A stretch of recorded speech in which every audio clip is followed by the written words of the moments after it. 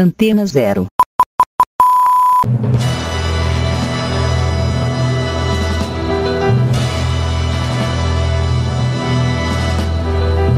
Les anarchistes,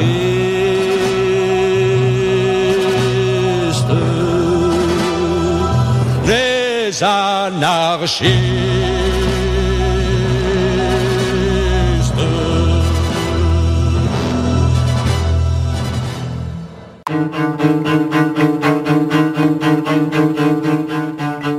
Alô, alô, amigo e amiga, seja bem-vindo ao Antinomia, programa da Biblioteca Terra Livre em parceria com a rádio Antena Zero, a rádio que não toca só o que você quer ouvir, mas o que você precisa escutar. Eu sou o Edu, estou aqui mais uma semana ao lado do Vitor. Fala, Vitor. E aí, Edu, beleza? Beleza, e aí, como foi essa semana?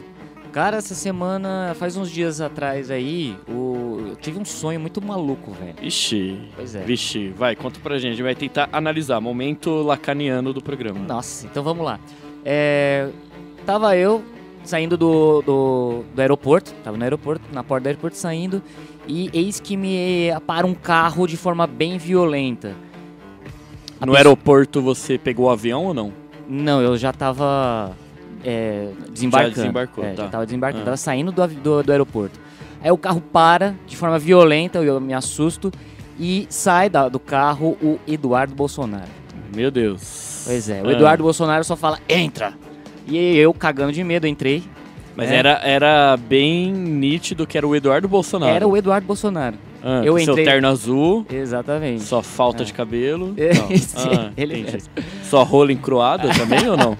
Não? Esse eu não vi não, cara. Então tá. Enfim, eu entrei no carro e o cara ele começa a andar com... E quando eu entrei no carro eu percebi que do meu lado estava o Flávio Bolsonaro. Nossa, e o Carluxo também tava? Não, o Carluxo não tava. Porque eu acho que, sei lá, perdeu, porque... o Carluxo. O Carluxo tá. não tava, ele devia estar fazendo outra coisa. Bom, enfim, num sonho de outra pessoa, né? Atazanando outra pessoa. Tipo o Fred Guger, né? Exatamente. E aí os bolsonaros começam a andar com o carro de forma violenta e querendo dar uma puta apavoro em mim, velho. E eu cagando, internamente eu no sonho assim, caramba, velho, que medo da porra, tal. Mas tentando mostrar pra eles calma. Serenidade. E do nada o carro, ele... Sabe, tá ligado aquelas pistas do Faustão que você atravessa aquelas paredes de isopor? Ah, sei. Meio Chapolin também, né? Exatamente, um bagulho meio pastelão. Aí o carro começou a atravessar essas paredes. Brau, brau, brau, e eu cagando de medo, assim, tentando ficar calmo. E depois, quando chegou no ápice, eu acordei.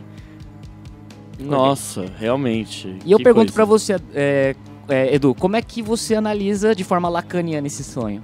Bom, primeiro, então, você desembarcou, né? Você não pegou o avião. Sim.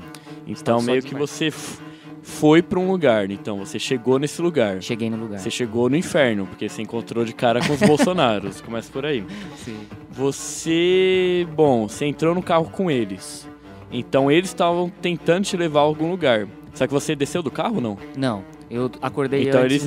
Você não chegou até o lugar que eles queriam que você chegasse. Não.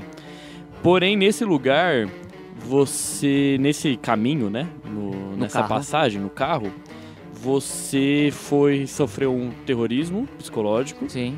Então, você já colocou no seu inconsciente que eles são milicianos, né? Sim. Então, você já tá bem claro pra você isso.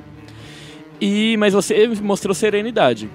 E no fundo, se mostrou dentro de um programa tosco de TV de domingo, né? Exatamente. Que eles estavam quebrando parede. Então você já entendeu o lugar deles, então. Que eles são isso, eles são uma família tosca que podia atuar num programa de domingo. Tá vendo?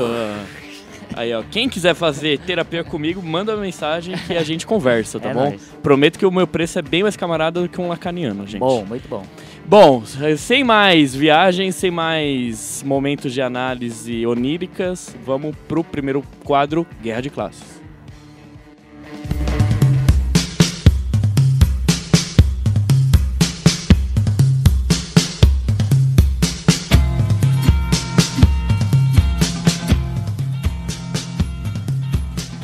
O Equador viveu uma turbulência política nas últimas semanas. Depois do governo do presidente Lenin Moreno anunciar a retirada do subsídio para o controle do preço dos combustíveis, o preço explodiu, mais do que dobrando em poucos dias. Isso motivou manifestações enormes, protagonizadas por povos indígenas. Com a pressão das ruas, o governo voltou atrás e cancelou seu decreto no último dia 14. Bom, Vitor, primeiro, para a gente começar a conversar sobre o Equador, tem que localizar onde veio esse decreto do Lenin Moreno, que revogou a participação estatal no controle dos preços, né, de combustíveis, que o governo ele dava um certo subsídio. Isso fazia com que o preço não ficasse totalmente descontrolado pela regulação do mercado. E esse decreto, na verdade, foi uma exigência do FMI, que há pouco tempo atrás fechou um acordo com o Equador, no qual o FMI forneceu 4,2 bilhões de dólares, um empréstimo, para o país andino. E, na contrapartida, então, o Equador tinha que fazer uma série de cortes, entre eles estava o subsídio no preço dos combustíveis. Primeiro, o que dá pra gente, então, pensar sobre o papel do FMI no Equador e, de uma forma mais geral, na América Latina? Cara, eu acho que essa questão do Equador e a ação do FMI, né, nesse contexto específico, ele tá dentro daquilo que a gente comentou no primeiro episódio, no primeiro programa aqui, sobre o terrorismo de Estado, né, naquele debate que a gente estava fazendo em relação a uma diferenciação entre o Estado amplo e o Estado restrito, né? Então, nesse exato momento, o que nós enxergamos é um fortalecimento desse Estado amplo, né, na América Latina, depois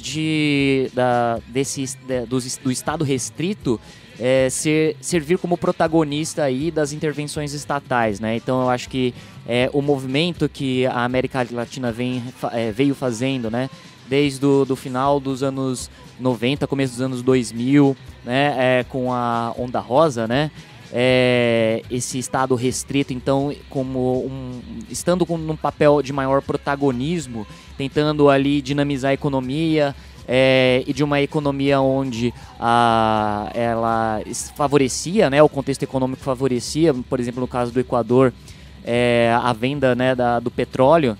Eu acho que essas políticas, que inclusive eram políticas bastante populistas, né, numa tentativa de socializar aí a parte da riqueza que eles estavam ganhando com a venda do petróleo,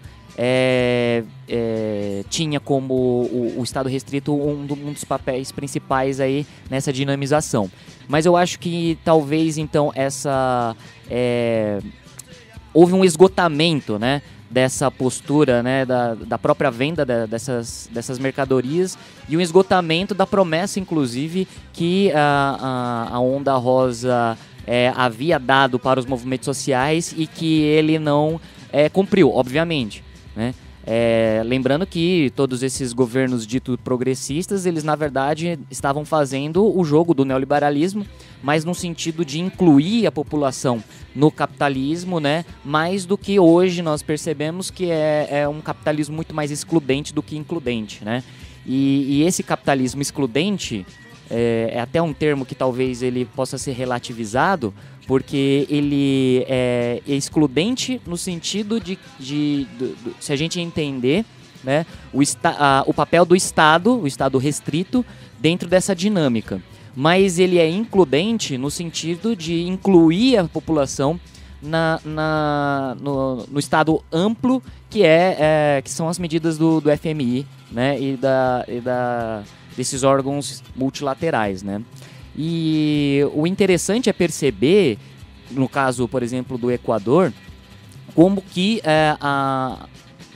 quais são os tipos de resistência que ocorreram durante esse processo à atuação desse Estado amplo na economia nacional, né? E aí acho que tem que pensar um pouquinho em qual que é o papel dos indígenas nesse processo, né? Sim, que aí a grande parte das manifestações, então, que começaram há cerca de 2, 3 semanas atrás, foi protagonizada por uma organização que se chama CONAI, que é a Confederação das Nações Indígenas do Equador. Vitor, então, primeiro, dá pra gente, então, o que dá pra gente falar sobre a CONAI e sobre o papel dela nessas últimas manifestações?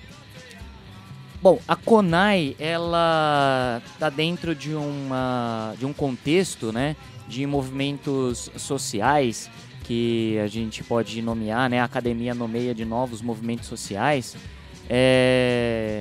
que vão ter bastante importância, principalmente nos anos 90 e nos anos 2000, né, até um pouco antes, né, com a crise do petróleo dos anos 70. Esses movimentos eles vão começar a emergir e eles são, aspas, novos, porque eles estão, de novo, aspas, fora do contexto fabril, né? Então não são movimentos que estão diretamente relacionados à questão da produção, né? Mas estão ligados aí, por exemplo, no caso da questão indígena, de um certo ponto de vista, de uma vida, de uma forma de se viver, né? Comunitária, né? E esses movimentos sociais eles acabaram pululando, né, em toda a América Latina de diversas formas, né? Então, no caso do Equador, a gente tem a CONAI, né? No caso da Bolívia, a gente tem os cocaleiros, né, que também se manifestaram, se organizaram ao longo dos anos 90 e 2000. Aqui no Brasil, o MST, né, pautando a reforma agrária na questão do campo.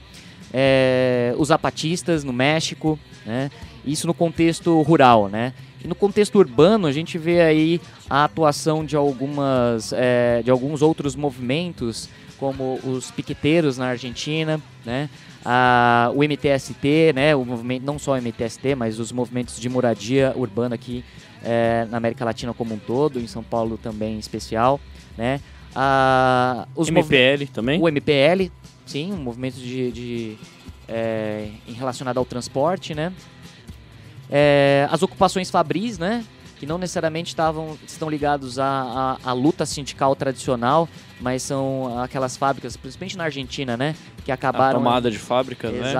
Exato. Que tinha uma relação com os piqueteiros também. Sim, né, e, por exemplo, também a gente pode falar do movimento estudantil, né, não o movimento estudantil ligado aos universitários, mas, por exemplo, aos secundaristas do Chile, os secundaristas aqui também do Brasil. Acho que eles estão dentro desse contexto e, se a gente for perceber, esses movimentos sociais são os movimentos sociais que estão protagonizando aí a resistência já faz aí algumas décadas, né? Sim, e também pensando no caso específico da CONAI, ela tem um papel de protagonismo na política do Equador, pelo menos desde o final dos anos 90, quando ela começa a fazer grandes manifestações, defender a pauta, que nem você falou, muito relacionada ao modo de vida dos povos indígenas que compõem a CONAI.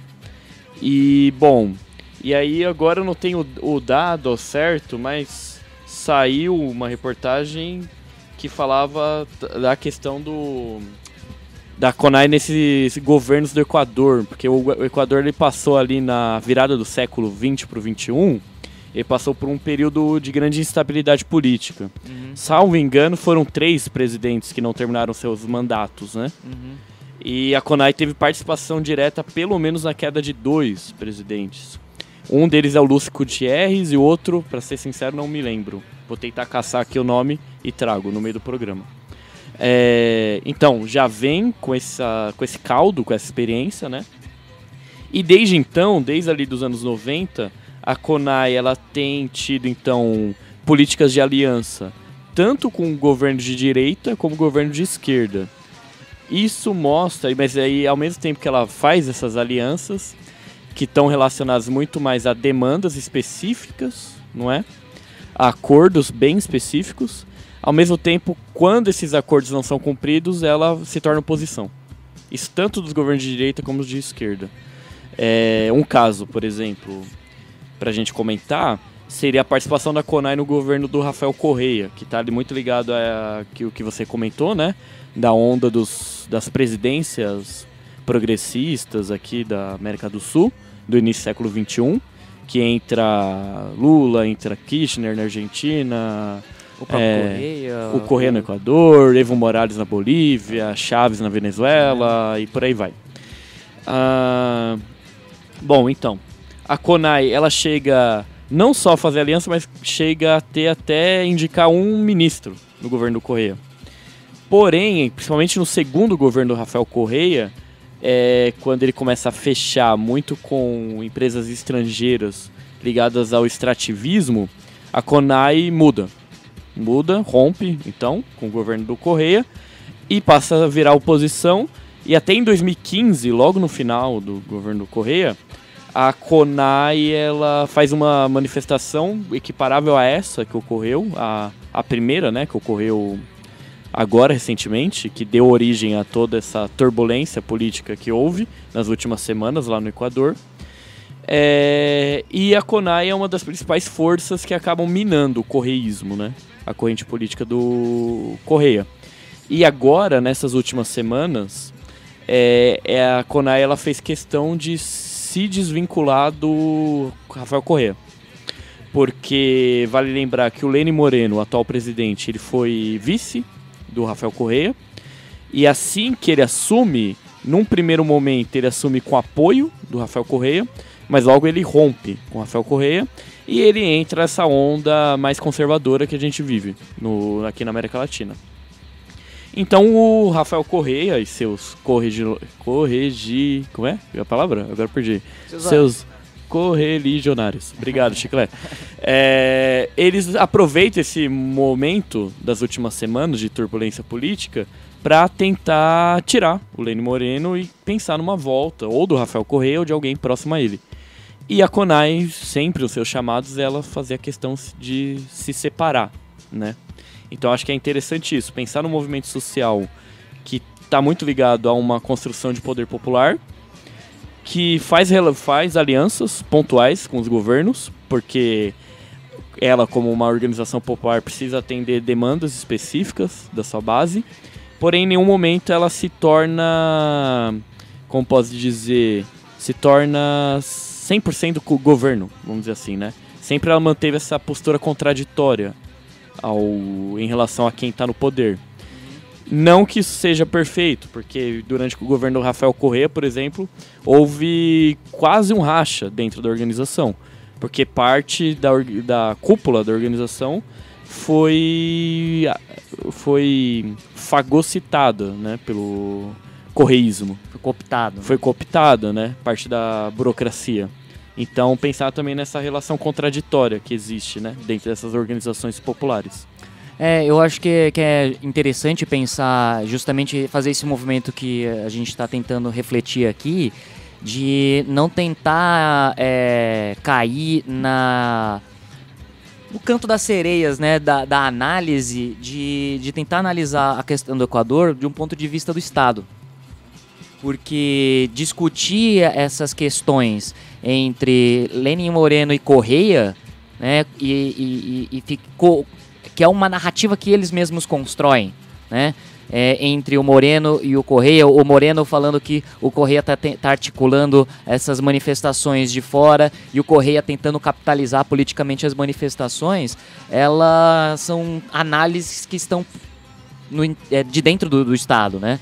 E tentar analisar quais são os papéis desses movimentos sociais no conflito, e ora aliança pontual, né, com esses governos, é entender que esses movimentos sociais, eles são em si um movimento de resistência, né? Mas ao mesmo tempo eles são movimentos que vão buscar tentar criar estruturas que estão para além do Estado, né? Então, isso me faz muito pensar, por exemplo, na experiência da Revolução Russa, quando os soviets eles começaram a ser se organizar melhor, né, a partir de 1905, principalmente, e criar, a partir de 1905, um poder dual, né, um poder que está para além do Estado, né, e que já em si mostrava uma forma de organização que poderia ser uma forma de organização alternativa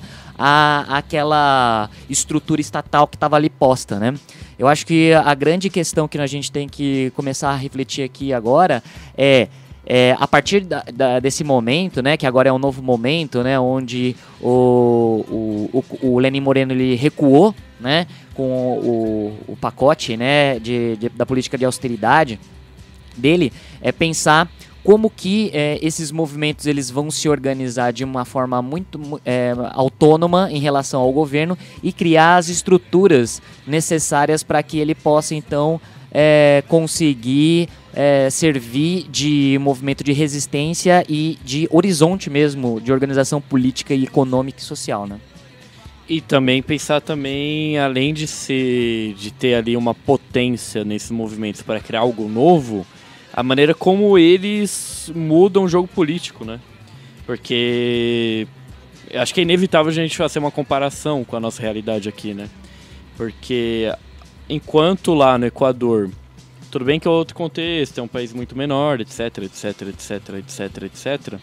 Mas enquanto lá houve então uma política de austeridade e lá teve uma organização popular com força para fazer uma pressão nas ruas, uma pressão tão grande que houve uma transferência de capital.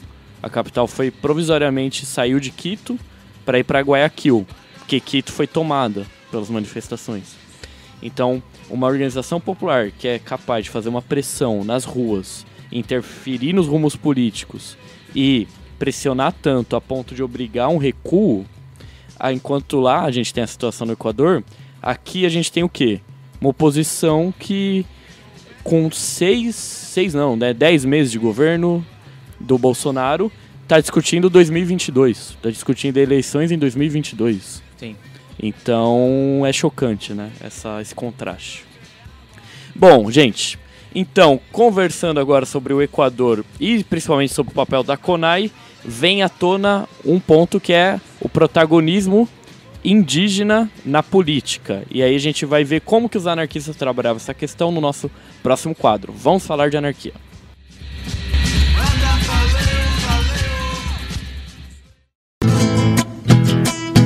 A bandeira do anarquismo, com seu lema libertário, vai sepultar o liberalismo mal cheiroso e reacionário.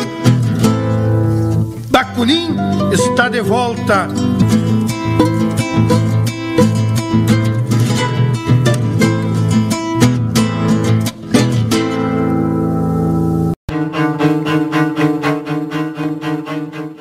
Bom, gente, no Vamos Falar de Anarquia de hoje, comentando então sobre como que os anarquistas enxergavam o papel dos indígenas na política, acho que vale começar a conversa com duas experiências históricas, depois a gente vai trazendo para o presente.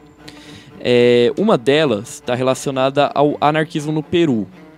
A gente sabe que então que o anarquismo ele chega ali na região do país andino, que fica próximo do Equador, né? Também trazendo a discussão do primeiro bloco. Ele chega ali no final do século XIX, no Peru, muito mais por veias, como posso dizer, por setores intelectuais. Alguns estudantes que tiveram contato com ideias que foram produzidas na Europa, né? E aí acabaram trazendo, então, não só ideias de socialismo, num primeiro momento um socialismo utópico ligado a Fourier, principalmente, e depois as ideias anarquistas. E entre esses setores intelectuais teve um escritor que teve uma relevância muito grande não só para o anarquismo no Peru, mas como para a própria literatura nacional do Peru, que se chama Manuel González Prada. E o Manuel González Prada, ele olhou para a realidade do Peru e reconheceu ali que o indígena era um dos protagonistas sociais, né? Vamos dizer assim. Não só, então, é interessante a gente pegar a figura do Manuel González Prada, mas também eu acho que é mais interessante a gente entender os seus alunos, os seus discípulos, não é? o que ocorre? Parte, então, de jovens que têm contato com as ideias desenvolvidas pelo Manuel Gonçalves Prada criaram alguns jornais e, além de criarem alguns jornais para difundir as ideias anarquistas, o que eles fizeram? Eles publicavam, então, esses jornais não só em castelhano, mas fizeram edições bilíngues, também com textos em quechua. Então, eles que tinham acesso às letras, vamos dizer assim, estudaram quechua para fazer um jornal bilíngue, para dialogar com esses indígenas. E não só eles ficaram nessas publicações, né, nessa ideia mais de uma propaganda de ideias, como alguns foram para pueblos indígenas, foram para as zonas rurais onde estavam os indígenas e foram apresentar as ideias anarquistas. E é bem interessante porque eles vão então lá tentar criar algumas organizações, dar, digamos, o start ali, a iniciativa, não é? E eles vão trazer as ideias anarquistas e eles vão adaptar o lema que a gente já comentou da Associação Internacional dos Trabalhadores. Que o lema da organização, da AIT, né, lá na Europa, era a emancipação dos trabalhadores será obra dos pobres trabalhadores.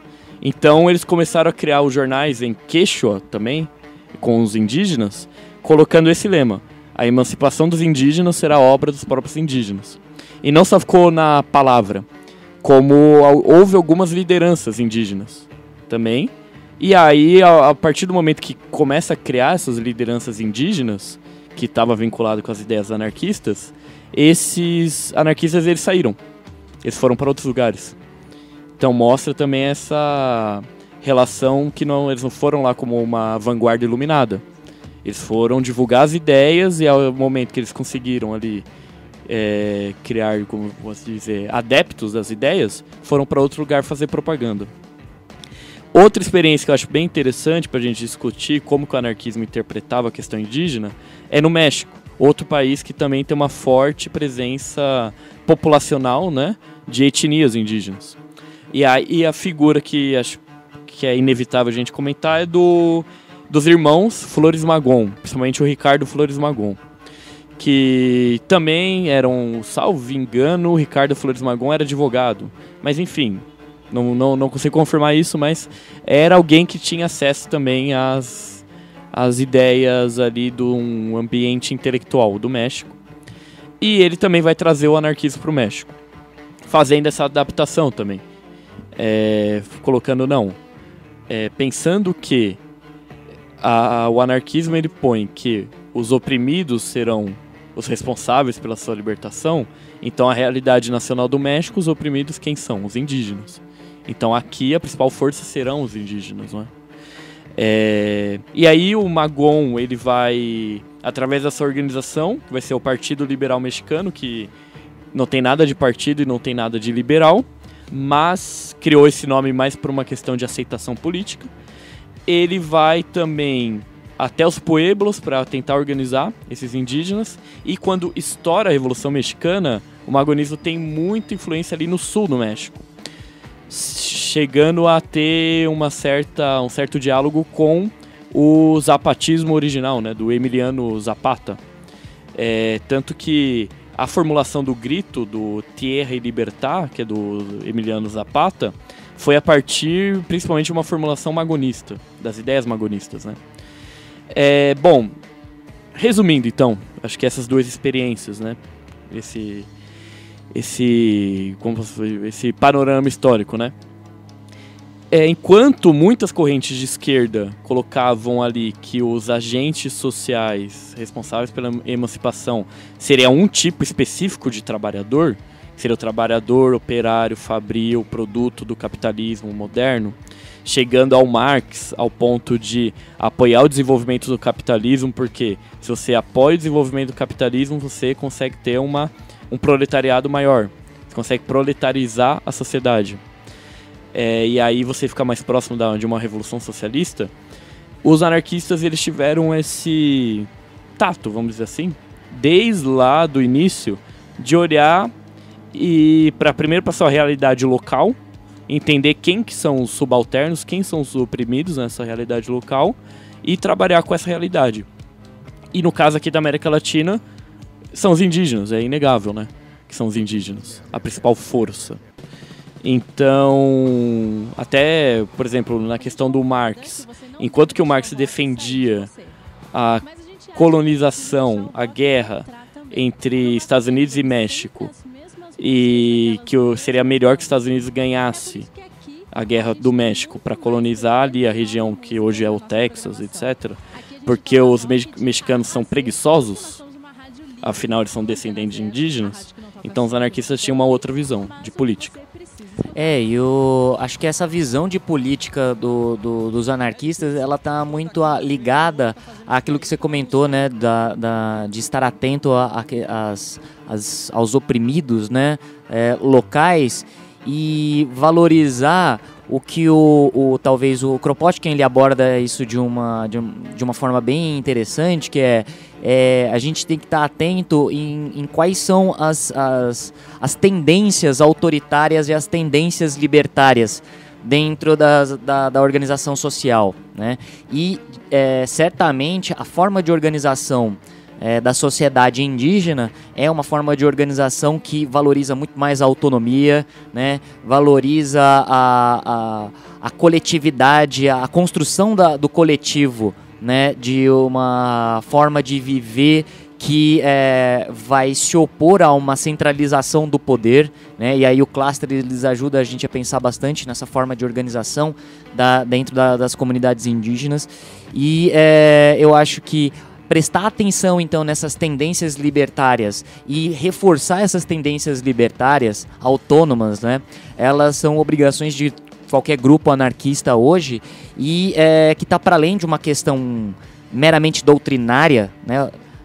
Ideológica, de um ponto de vista político, mas observar ali como que a política ela é construída a partir de sua base, né? E eu acho que, voltando um pouquinho, né, tentando fazer um diálogo com o quadro anterior, Guerra de Classes, como é que a gente, depois dessas vitórias desses movimentos, né, nós vamos, enquanto anarquistas, reforçar essas tendências libertárias desses movimentos? Como é que a gente vai reforçar essas formas de organizações autônomas? Como que a gente, inclusive, pode blindar a tentativa de movimentos autoritários em cooptar esses movimentos e centralizar de uma determinada forma, criando um novo Estado, né?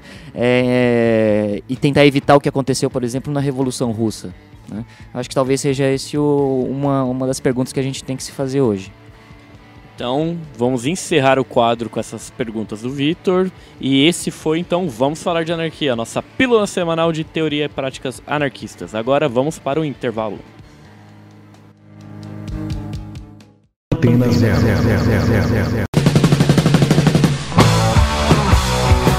A gente concorda que você não deve deixar o rock sair de você.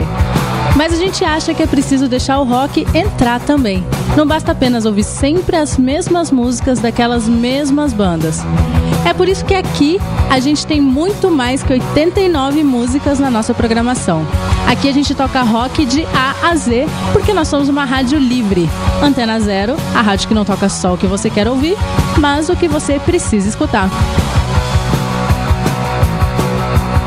Mad Pizza, toda quinta-feira. Você de novo tá fazendo isso daí, cara. Tô anunciando o meu programa aqui na Antena Zero, cara. Quem falou que é seu, meu? Meu programa. Tá me atrapalhando, você tá me atrapalhando. Sai daqui, velho. Ô, para aí. Chega! Mad Pizza, toda quinta-feira, às 5 da tarde, aqui na Antena Zero. Pô, ela esqueceu de falar meu nome, mas meu. Você não é pra falar, ela vai falar só o meu nome. Não, cara. O programa é meu, cara. Tem que falar o meu nome. Rapaz, sai fora daqui. Apresentado por Mad Christian. Apresentado por Henrique Pizza. Mad Christian e Henrique Pizza.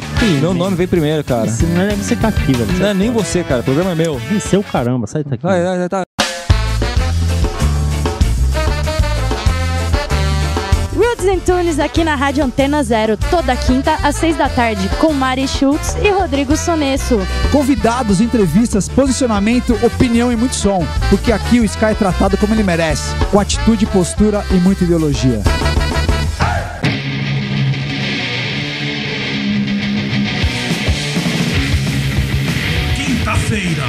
8 da noite, na Antena Zero, Mental Pollution. Crust, The Beat, Metal Punk. Apresentação, Mauro Escárnio.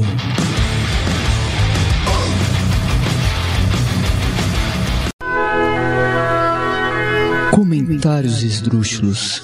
Piadas de mau gosto. Impropérios contra tudo e contra todos. Tudo isso regado ao mais clássico punk rock e ao mais fino hardcore.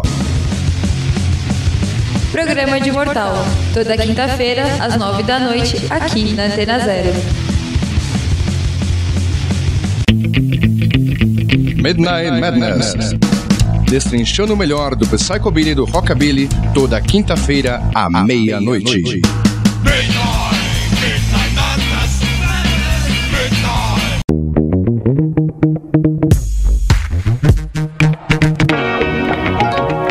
Estima-se que existam mais de 130 mil rádios web no Brasil, 40 mil só no estado de São Paulo. Somente 3 delas concorrem ao prêmio APCA, Associação Paulista dos Críticos de Arte. Uma delas é Antena Zero, a rádio que não toca só o que você quer ouvir, mas o que você precisa escutar. Indicada ao prêmio APCA de 2019.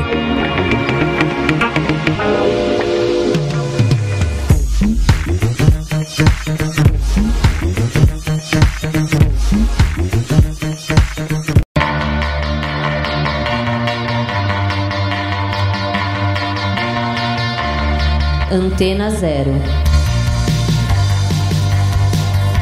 Expressando liberdade com conteúdo de qualidade.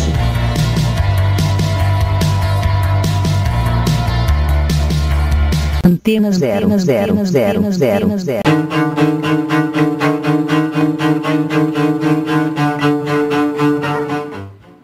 Voltando então, gente, com Antinomia, programa semanal da Biblioteca Terra Livre em parceria com a rádio Antena Zero, a rádio que não toca só o que você quer ouvir, mas o que você precisa escutar. Vamos agora para o nosso quadro Ângelos Novos, relembrando aqueles e aquelas que lutaram antes de nós.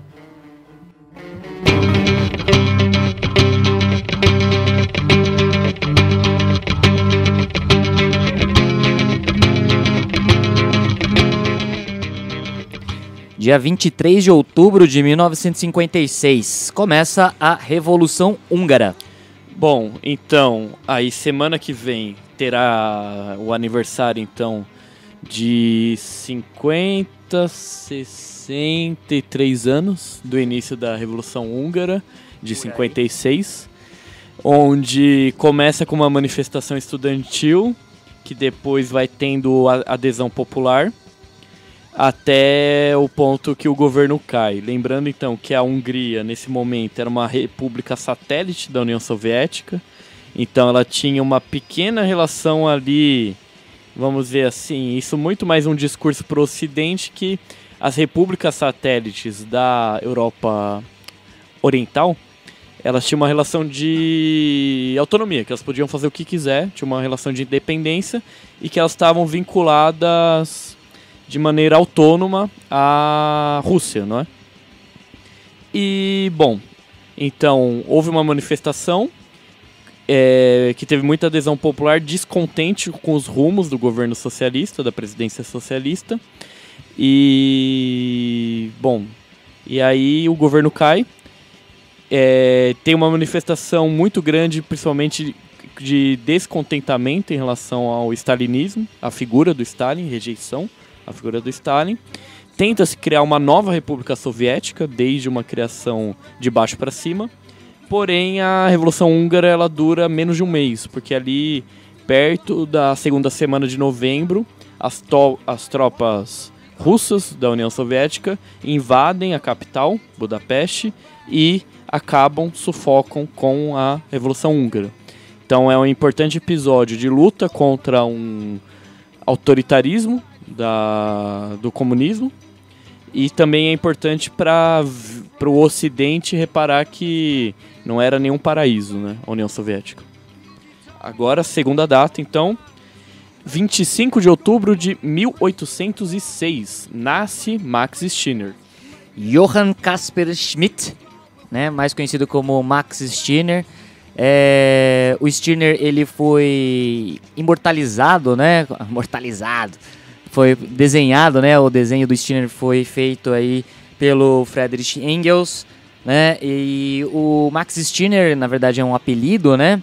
Que ele recebeu dos colegas dele da esquerda hegeliana, dentre eles o próprio Engels, que fez o desenho dele, e o... Que é a única, né? A única reprodução iconográfica, né? Exatamente, do Stirner.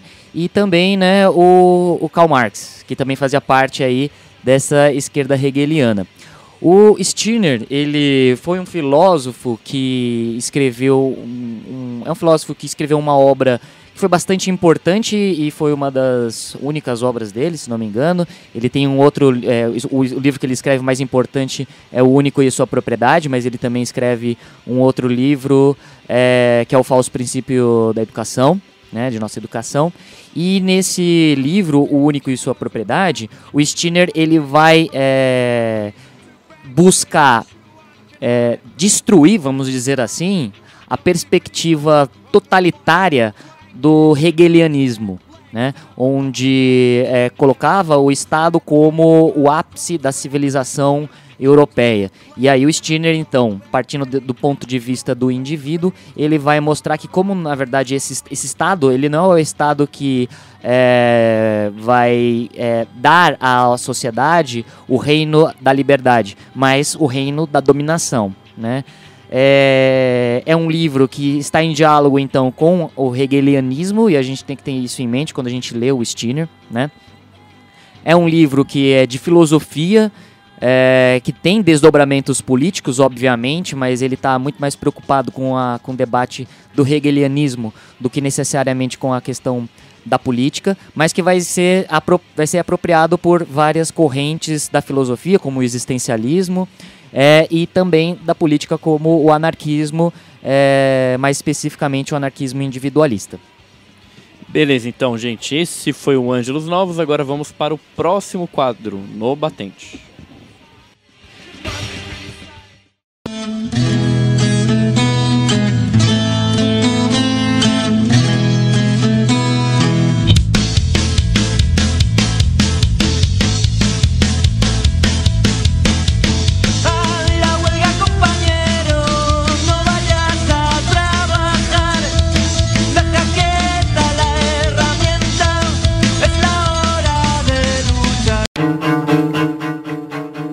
Agora para o nosso noticiário daqueles e daquelas que sofrem contradições do capital no batente e de quem está na luta social na linha de frente.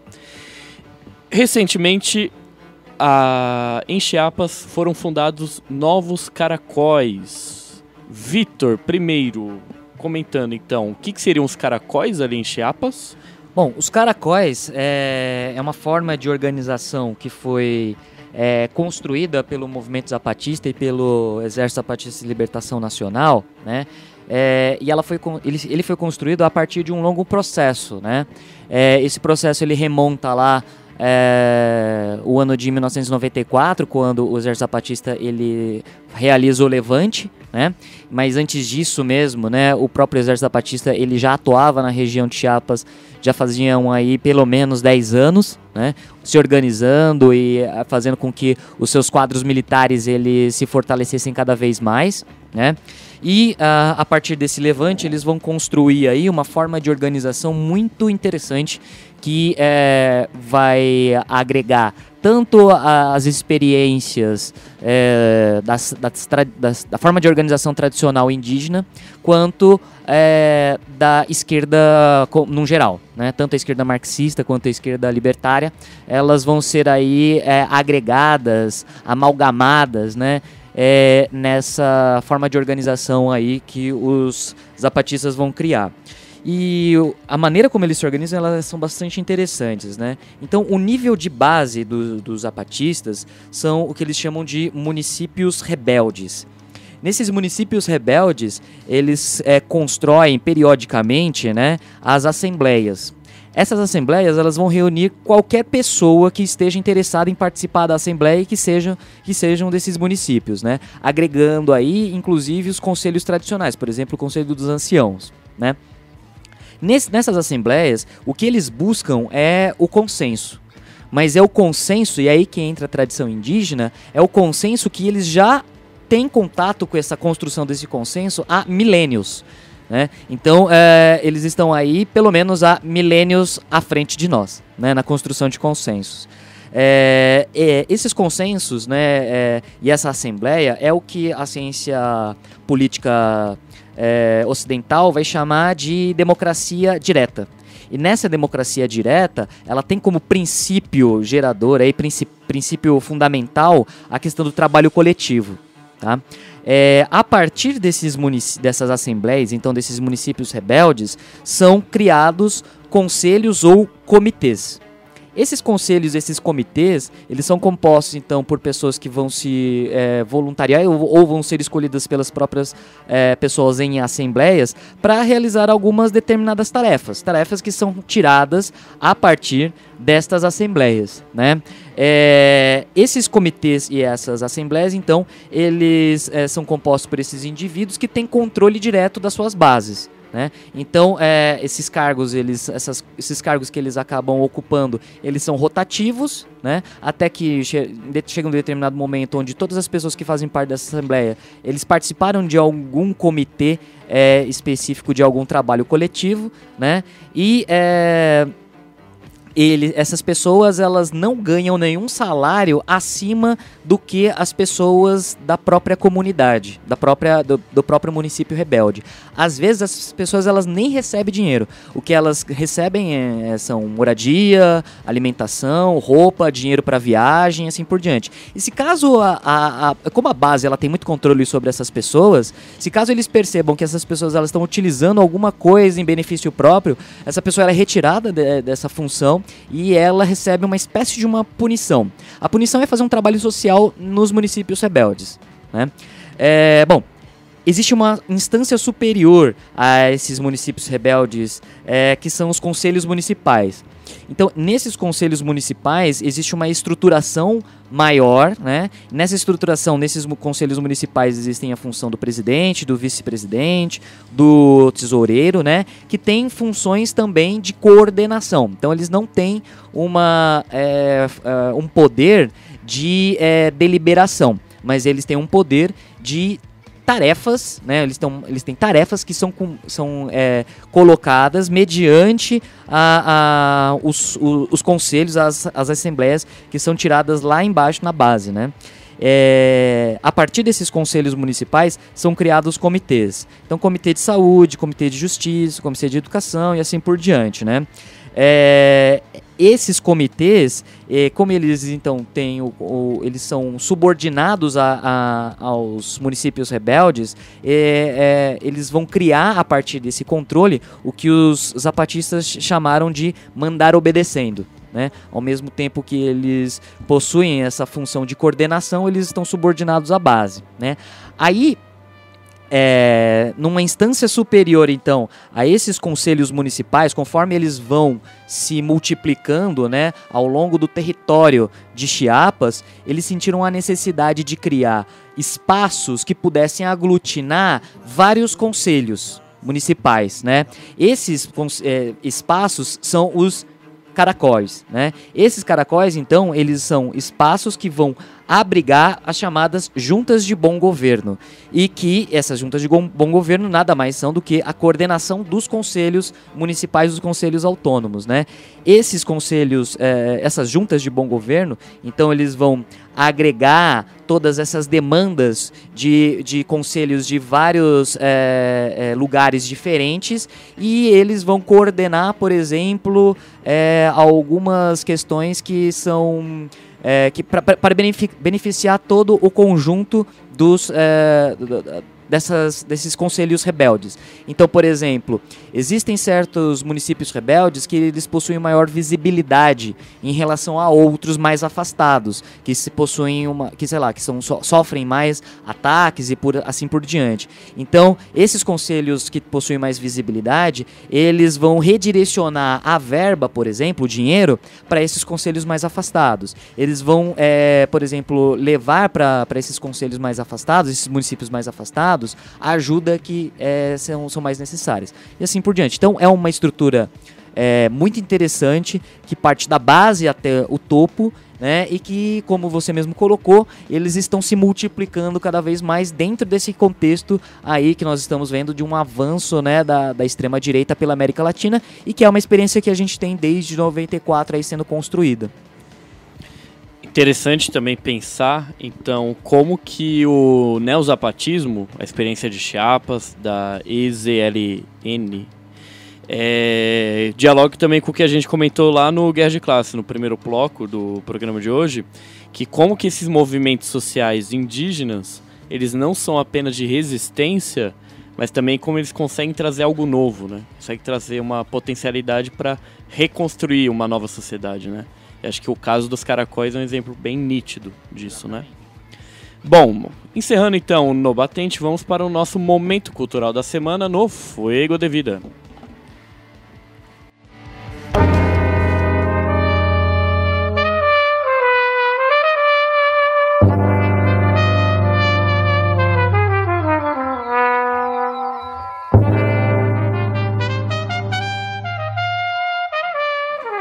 Bom, gente, então no Fuego de Vida dessa semana, eu queria recomendar um livro que se chama Nick, uma história de um cão, que foi escrita por um escritor húngaro chamado Tibor Déry. E aí tem muito a ver com o que a gente falou no Ângelos Novos sobre a Revolução Húngara, né? Primeiro falando um pouquinho do Tibor Déry para depois comentar do livro.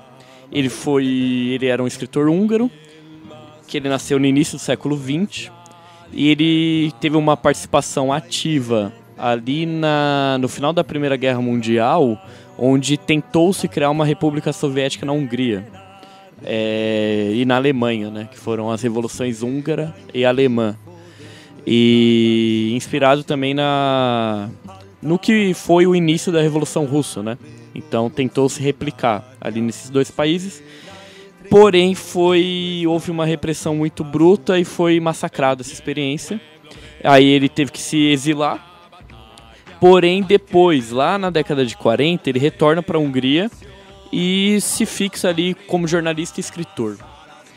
Porém, ele percebe ali o rumo, né, da política soviética, no sentido comunista, né, da política do stalinismo ali no país dele. E ele começa também a ir para a oposição. E o livro que eu recomendo a leitura, então o Nick, uma história de um cão, é como se fosse então essa história, esse dia a dia, esse cotidiano de repressão que se vivia na Hungria a partir da ótica de um cão, que ele tem ali o seu dono e o seu dono some. E aí o cachorro não sabe o porquê, enfim. E aí tem todo esse lado mais sentimental dos pequenos animaizinhos. Ele participa em 56 da Revolução Húngara, o Tibor Déry. Ele escreve o Nick nesse contexto, né, para fazer uma denúncia do stalinismo. E quando a União Soviética, então retoma o controle da Hungria, ele é condenado à prisão, ele passa lá 5 anos na cadeia, até que ele é obrigado a fazer uma retratação pública. Então ele faz uma retratação pública e aí ele retoma sua vida normal. E depois ele continua trabalhando um pouco ali nesse mundo das letras. Porém, fica então a recomendação para quem quiser entender um pouco então como que era a Hungria sob a vida do stalinismo, recomendo esse livro. Então, Nick, a história de um cão, escrito por Tibor Déry. Muito bom. Agora, Vitor, então chegou a hora de dar tchau, tchau. Você tem algum recado pra gente? Eu tenho um recado para aqueles que moram próximo da UFSC, que é a Universidade Federal de Santa Catarina. No dia 21 de outubro vai rolar uma atividade bem bacana em homenagem aos 110 anos da execução do Francisco Ferrer e Guardi, né? Nós vamos ter aí a participação do Rodrigo Rosa, né? Falando um pouquinho sobre Ferrer, e a exibição do filme da biografia do Francisco Ferrer.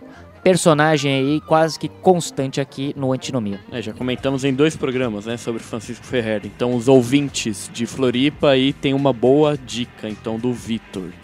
E Vitor, pra quem quiser escutar a gente, como é que faz? Bom, pra quem quiser escutar a gente, entra no site da Rádio Antena Zero, antenazero.com, né? .br.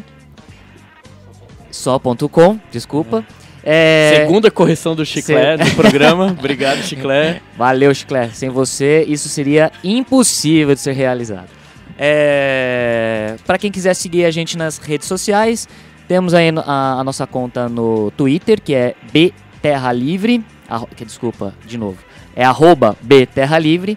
No Facebook estamos como @Biblioteca Terra Livre. E-mail bibliotecaterralivre@gmail.com. Acho que também a gente tá no Spotify, certo? O Antinomia. Antinomia tá no Spotify também, para quem quiser ouvir a gente depois. O Megafono. E é isso. É isso. Estamos nessas... E nosso site, né? bibliotecaterralivre.noblogs.org também. Muito bem, então. Quem quiser entrar em contato com a gente, só mandar uma mensagem aí. Por qualquer um desses meios que a gente responde, tá bom? Se quiser mandar um abraço também pro pai, pra mãe, pode mandar. A gente repercute aqui também, tá bom? Bom, Vitor, valeu. Então, boa semana. É nóis. Então, gente, esse foi o Antinomia, programa da Biblioteca Terra Livre em parceria com a Antena Zero, toda sexta-feira às 16 horas, na faixa falada da Antena Zero. Escute a gente ao vivo em antenazero.com. Beijo, até a semana.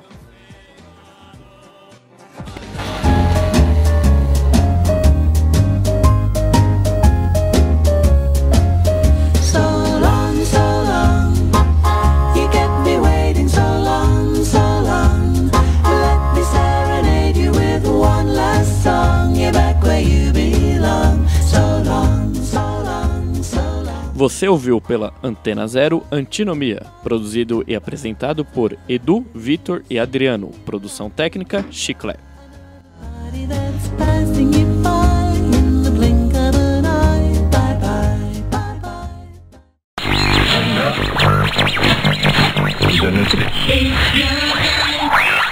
Você está na Antena Zero. Antena Zero. A rádio que não toca só o que você quer ouvir, mas o que você precisa escutar.